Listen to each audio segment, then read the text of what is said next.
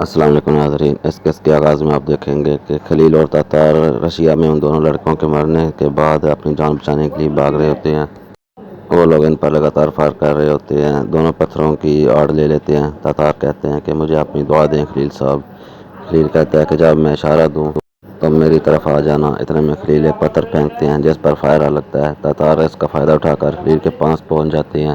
تاتار خلیل کو کہتے ہیں کہ اب ہم کیا کریں گے، ہم پھنس چکے ہیں۔ خلیل کہتا ہے کہ فرض کرو کہ ہم شکار پر ہیں اور اب ہم دعا کر سکتے ہیں، لیکن شکار کے دوران شکاری اور شکار وقتاً فوقتاً جگہ بدلتے رہتے ہیں۔ حملہ آور جدید اسلحے سے فائرنگ کر رہے ہیں۔ تاتار کہتے ہیں کہ وہ تو بہت تیز ہیں، حرکت میں آنے والی ہر چیز کا نشانہ لیتے ہیں۔ خلیل کہتے ہیں یہ تو بہت اچھا ہے کہ آدمی کسی طرح کے سیاست نہیں رکھتے اور حرکت کرنے والی چیز کا نشانہ لے لیتے ہیں۔ وہ ہمیں دکھائی نہیں دے رہے لیکن وہ ہمیں دیکھ رہے ہیں۔ ان لوگوں کے لیے اہم نہیں ہے کہ ہدف کو نشانہ بنائیں، وہ ہر اس چیز کا نشانہ بنائیں گے جو حرکت کرے گی۔ یہ کہہ کر خلیل اپنا کوٹ اتارتے ہیں اور سامنے پھینکتے ہیں۔ فائر کوٹ کو بھی لگتا ہے۔ وہ کوٹ کی مدد سے ایک لوہے کے ڈنڈے کو اپنی طرف اٹھاتے ہیں۔ خلیل کہتے ہیں کہ یہ 4 سے 5 سیکنڈ لیتے ہیں گولیوں کو دوبارہ لوڈ کرنے کے لیے، تو جلدی سے ڈنڈے کو اپنے کوٹ میں بھر دیتے ہیں اور اس پر ٹوپی بھی لگا دیتے ہیں۔ خلیل تاتار کو کہتے ہیں کہ وقت ضائع کرنے کے لیے بالکل نہیں ہے، ان کے دوبارہ لوڈ کرنے تک میں اپنی جگہ تبدیل کروں گا۔ تاتار خلیل کا کوٹ آگے کرتے ہیں، وہ اس پر فائر کرتا ہے۔ خلیل موقع کا فائدہ اٹھا کر آگے بڑھ جاتے ہیں۔ اس طرح وہ کرتے کرتے فائرنگ کرنے والے کے قریب پہنچ جاتے ہیں۔ خلیل کہتے ہیں کہ وہ مکڑی ہے اور ہم خرگوش، میں تمہیں ڈھونڈ لوں گا۔ اس کے بعد خلیل سیڑھیاں چڑھتے ہوئے آگے بڑھے جا رہے ہوتے ہیں اور وہ بالآخر شوٹر کے قریب پہنچ جاتے ہیں۔ خلیل بڑی چالاکی کے ساتھ اس کے پیچھے پہنچ جاتے ہیں تو دیکھتے ہیں وہاں پر ایک پستول لے کر کھڑا ہے۔ خلیل سوچتے ہیں کہ انہوں نے سنائپر کی خدمات لی ہیں، لوگوں کو مارنے کے لیے وہ ہمیں بیوقوف بنا رہے ہیں۔ دوسری طرف برطانوی سفیر سلطان کے سامنے موجود ہوتا ہے۔ سلطان کہتے ہیں کہ آپ ٹینڈر حاصل نہیں کر سکے۔ برطانوی سفیر کہتا ہے کہ انگلینڈ کی فیکٹریاں پہلے ہی کافی مصروف ہیں، ان پر کام کا بہت زیادہ بوجھ ہے۔ سلطان فرماتے ہیں کہ انگریز اور روسی سیاستدان روال میں ملے ہیں، عثمانیوں کو وہ توڑنا چاہتے تھے۔ انہوں نے اس بات پر تو اتفاق کر لیا کہ سلطنت عثمانیہ کا کون سا حصہ ملے گا اور آپ تخت کو یونان کو دینے والے تھے۔ جناب سفیر، آپ تو گھبرائے ہوئے لگ رہے ہیں، آپ حیران ہیں کہ ہم نے یہ معلومات کیسے حاصل کی؟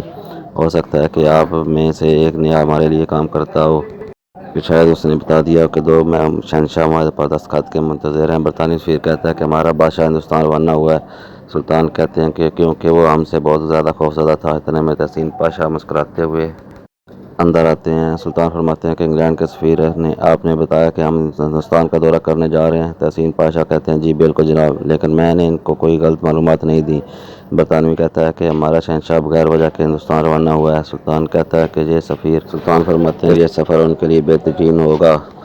آپ نے تحسین پاشا کو سیاستدان بننے کی پیشکش کی۔ تحسین کہتے ہیں کہ شکریہ، انہوں نے مجھے بہت قیمتی جانا، لیکن میں جانتا ہوں کہ ہمارے سلطان ہماری بہت قدر کرتے ہیں، وہ سب قدردانوں سے افضل ہیں۔ سلطان کہتے ہیں کہ اگر آپ چاہیں تو آپ کی خدمات لینا چاہیں گے، ہم جانتے ہیں کہ ہارنے والے کے ساتھ کوئی نہیں ہوتا۔ دیکھو سفیر، جرمن نے ٹینڈر لے کر روسیوں کو دے دیا ہے۔ برطانوی سفیر کہتا ہے کہ یہ کیسے ممکن ہوا؟ سلطان فرماتے ہیں کہ کیونکہ ہم ایسا چاہتے تھے۔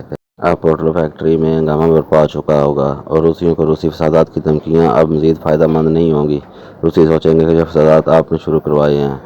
روال کی میٹنگ منتشر ہو چکی ہوگی، آپ یہ سن لو کہ روال کی میٹنگ بھی ہم نے منتشر کی ہے، تو کیا ہم آپ نے کہ تمام بچھائے کے جالوں کو ناکام نہیں کر دیا؟ ہم جیت گئے اور تم کچھ نہ کر سکے۔ برطانوی سفیر کے پاس کوئی جواب نہیں ہوتا، وہ مسلسل پریشان دکھائی دے رہا ہوتا ہے۔ سلطان عبدالحمید فرماتے ہیں کہ اللہ کا فضل ہے ہم پر۔ دوسری طرف فواد افندی بھی بہت افسردہ ہوتا ہے، وہ کہتا ہے کہ عبدالحمید نے ہمیں برباد کر دیا۔ شہناز کہتی ہے کیا تم ہار مان گئے ہو؟ کیا تم نے ہتھیار ڈال دیے ہیں؟ مرد بنو۔ فواد یہ سن کر شہناز کے پیچھے جا کر کھڑا ہو جاتا ہے۔ شہناز کہتی ہے کہ صرف میرے احکامات کو سنو، جیسے میں کہتی ہوں ویسے کرو۔ فواد پیچھے جیسے جا کر شہناز کی گردن کو دبوچ لیتا ہے اور کہتا ہے کہ اب تم مجھ پر حکم نہیں چلاؤ گی، اب سے میں حکم دوں گا اور تم پر اس پر عمل کرو گی۔ پیچھے کھڑا ملازم عربی اپنی پستول نکال لیتا ہے، وہ کہتا ہے کہ چھوڑ دو اسے، میں کہہ رہا ہوں کہ چھوڑ دو ورنہ میں فائر کر دوں گا۔ شہناز کہتی ہے کہ عربی اسے قتل کر دو۔ فواد اپنی موت کو پیچھے دیکھ کر شہناز کو چھوڑ دیتا ہے۔ اس کے بعد شہناز کھڑی ہو جاتی ہے اور عربی کو کہتی ہے کہ اس کو فائر کر دو۔ عربی کہتا ہے کہ افندی میں معافی چاہتا ہوں، وہ مسلسل اس پر پستول تانے ہوتا ہے، میں نے شہناز کا حکم ماننا ہے۔ دوسری طرف رشیا میں وہ سنائپر کے ساتھی کو شک ہو جاتا ہے کہ اس کے پیچھے کوئی موجود ہے۔ خلیل بھی بالکل اس کے پیچھے ہوتے ہیں۔ جب وہ پیچھے آ کر دیکھتا ہے تو وہاں کوئی نہیں ہوتا۔ وہ ایک صندوق کا ڈھکن کھول کر اس میں بھی پستول تانتا ہے لیکن وہاں بھی کوئی نہیں ہوتا، لیکن خلیل اس کے پیچھے ہوتے ہیں۔ اور وہ تیز دھار چاقو سے اس کی گردن کاٹ دیتے ہیں۔ اس کا کام تمام کرنے کے بعد خلیل کہتے ہیں اگر میں نے سنائپر کو بتایا کہ وہ بھی شکار ہے تو اسے یقین نہیں ہوگا۔ دوسری طرف فواد پاشا شہناز کو کہتا ہے کہ اگر میں مرا تو زندہ تم بھی نہیں رہو گی۔ شہناز، یہ خط ہے جس میں نے سب لکھ رکھا ہے، اگر مجھے کچھ ہوا تو وہ عبدالحمید کے پاس پہنچ جائے گا۔ شہناز ربی کو کہتی ہے کہ اس پر فائر کرو۔ دوسری طرف خلیل خالد سنائپر کے پاس پہنچ جاتے ہیں۔ سنائپر کو پتہ چل جاتا ہے کہ اس کے پیچھے کوئی آیا ہے اور وہ جلدی سے دوسری طرف قلعہ بازیاں لے لیتا ہے۔ اس کے بعد وہ پستول سے خلیل پر فائر کرتا ہے۔ خلیل ایک لوہے کے پلر کی اور سے میں لے ہو جاتے ہیں۔ وہ آنے والے دو مختلف فائروں سے لگتے ہیں۔ اندازہ لگاتے ہیں کہ یہ دو لوگ ہیں۔ خلیل کے پاس صرف 2 گولیاں رہ جاتی ہیں۔ وہ کہتے ہیں کہ اس سے پہلے کہ کبھی روسی رولٹی ایک چوہے کی طرح ہے۔ خلیل ایک فائر کرتے ہیں اور کہتا ہے کہ اب تو میرے پاس صرف 1 گولی بچی ہے اور تمہارے پاس بھی 1 گولی ہوگی یا پھر نہیں ہوگی۔ بڑا جوا کھیلتے ہیں اور اس کے سامنے آ جاتے ہیں اور فائر کرتا ہے لیکن خلیل بچ جاتے ہیں۔ اس کے بعد وہ اگلا فائر کرنے لگتا ہے تو اس کی گولیاں ختم ہو جاتی ہیں۔ خلیل سمجھ جاتے ہیں کہ خلیل کہتے ہیں کہ میں جانتا ہوں کہ تمہاری یہ گولیاں ختم ہو گئی ہیں، آؤ میرا مقابلہ کرو، میں تمہیں بتاؤں گا۔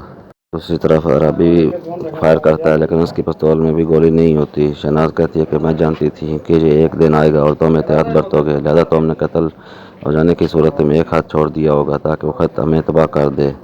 ابھی تو بندوق خالی تھی اور یہ کبھی تمہیں دھوکہ نہیں دے گا۔ دوسری طرف خلیل اور سنائپر آمنے سامنے آ جاتے ہیں۔ خلیل اس پر حملہ کرتے ہیں۔ جب وہ دیکھتا ہے کہ کام نہیں بن رہا تو وہ دونوں ہاتھوں میں خنجر نکال لیتا ہے۔ اسی دوران وہ خلیل پر غلبہ پا چکا ہوتا ہے اور خنجر سے خلیل کی گردن اتارنے ہی والا ہوتا ہے کہ پیچھے سے تتار پہنچ جاتے ہیں اور اس پر فائر کر دیتے ہیں۔ خلیل کھڑے ہو کر کہتے ہیں کہ تم نے کسی پرندے کی طرح اس کا شکار کیا ہے۔ تتار کہتا ہے کہ کیا کرتا جناب، انہوں نے ان لوگوں کو مار دیا جن کے بارے میں کفون نے بغاوت شروع کرنے کا کہا تھا۔ خلیل کہتے ہیں کہ ہم پادری کفون کے پاس واپس جائیں گے، وہ ہمیں راستہ بتائے گا۔ اگر ہم بغاوت شروع نہ کروا سکے تو ہمارے سلطان مشکل میں ہوں گے، ہمیں بغاوت ہر حال میں شروع کرنی ہوگی۔ تتار، انہوں نے نشانے کے لیے کی خدمات حاصل کی تھی، نشانے بازوں کی خدمات حاصل کی تھی۔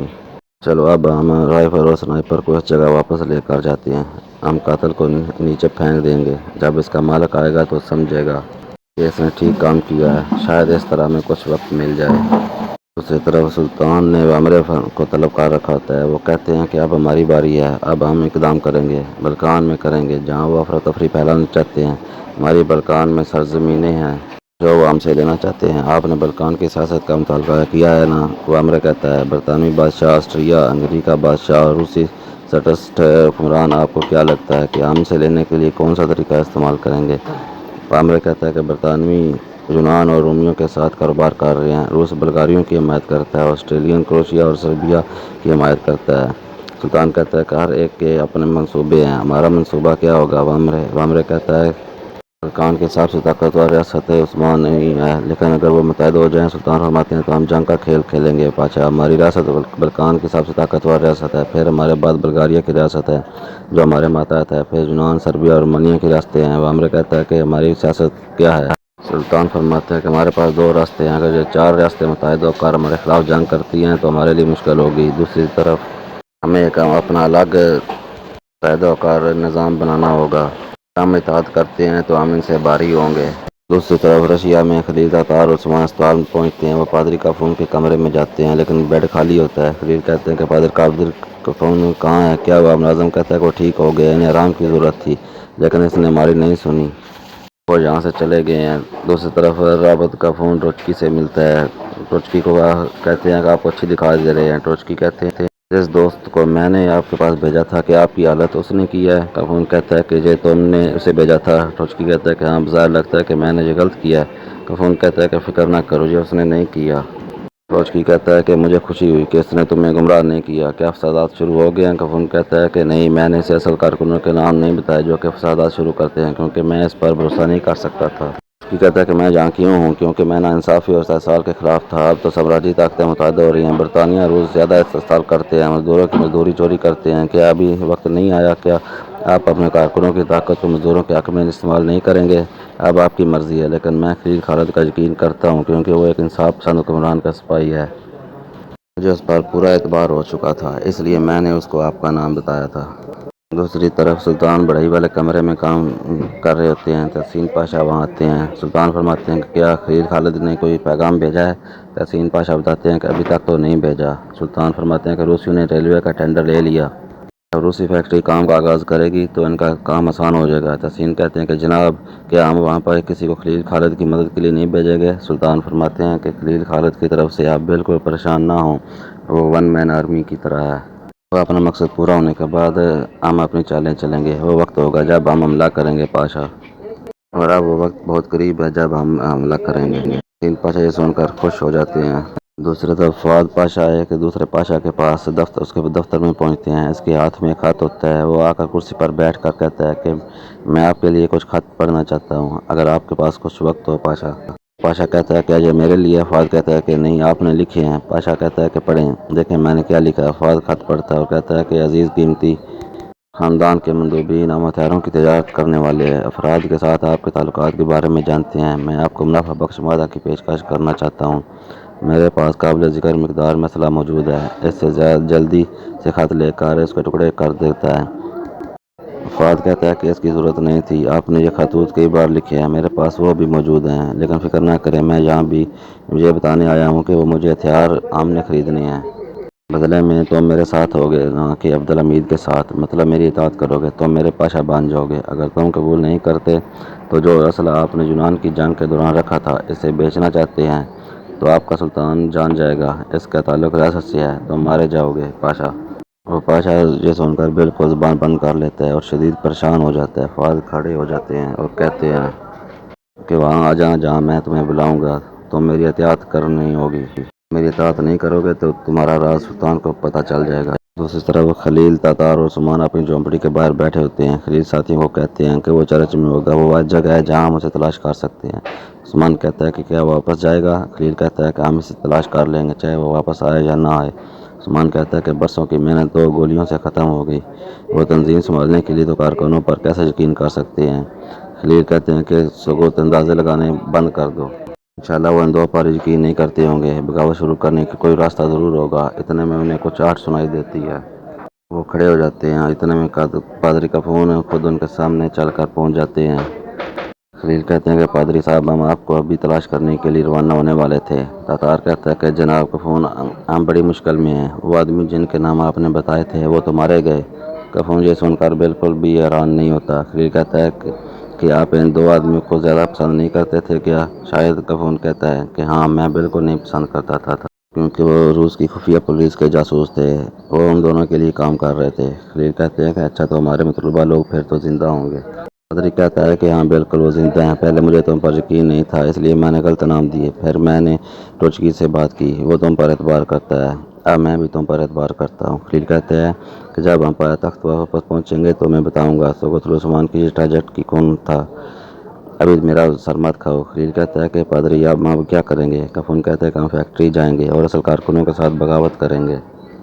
دوسری طرف سمور فیکٹری میں پہنچ چکا ہوتا ہے، اس کے ساتھ انو خاتون بھی ہوتی ہے۔ وہ دیکھتے ہیں کہ سنائپر تو مر چکے ہیں، وہ اس کی بندوق کا معائنہ کرتے ہیں۔